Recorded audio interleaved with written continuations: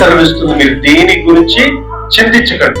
ఆకాశ పక్షులను చూడండి, అవి విత్తము, కోయవు, కొట్టులో కూర్చు. అడవి పువ్వులను చూడండి, వారి రంగులు చూడండి, వాటిని కలుగు చేసిన దేవుడు వారు ఎంత ఆనందంగా సంతోషంగా ఉంటాయో వారికన్నా మీరు శ్రేష్ఠులు కనుక మీరు కూడా అంత సంతోషంగా ఆనందంగా ఉండండి అని ప్రభు సూచించారు. అన్ని ఏ కష్టమైనా సరే మనం ఎదుర్కోవాలి కానీ చింతించుకోవాలి. చింత ఏం చేస్తుందంటే మనిషిని కొంగ చేస్తాడు.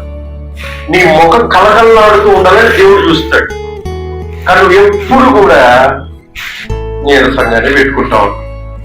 ఏమ్మా అంటే ఒకసారి నవ్వచ్చు కదా, ఏం నవ్వుతావు ప్రభు, ఎన్నో కష్టాలు, ఎన్నో బాధలు. పోతే ఆ కష్టం దేవుడు తీసేసి ఇంకొక కష్టం ఏదో ఉంటుంది, మళ్ళా దాని గురించి బాధపడతాం. ప్రభువును బట్టి మనం ఎప్పుడు సంతోషించాలే కానీ ఎప్పుడు బాధపడలేదు, బాధపడాలి. అందుకని ఫిలిప్పీయులకు రాసిన పత్రికలో ఉంటుంది, ఎల్లప్పుడూ సంతోషించు, ఎల్లప్పుడూ ఆనందించు. ప్రభువును బట్టి ఎల్లప్పుడూ మనం ఆనందించే వారిగా మనం ఉండాలి.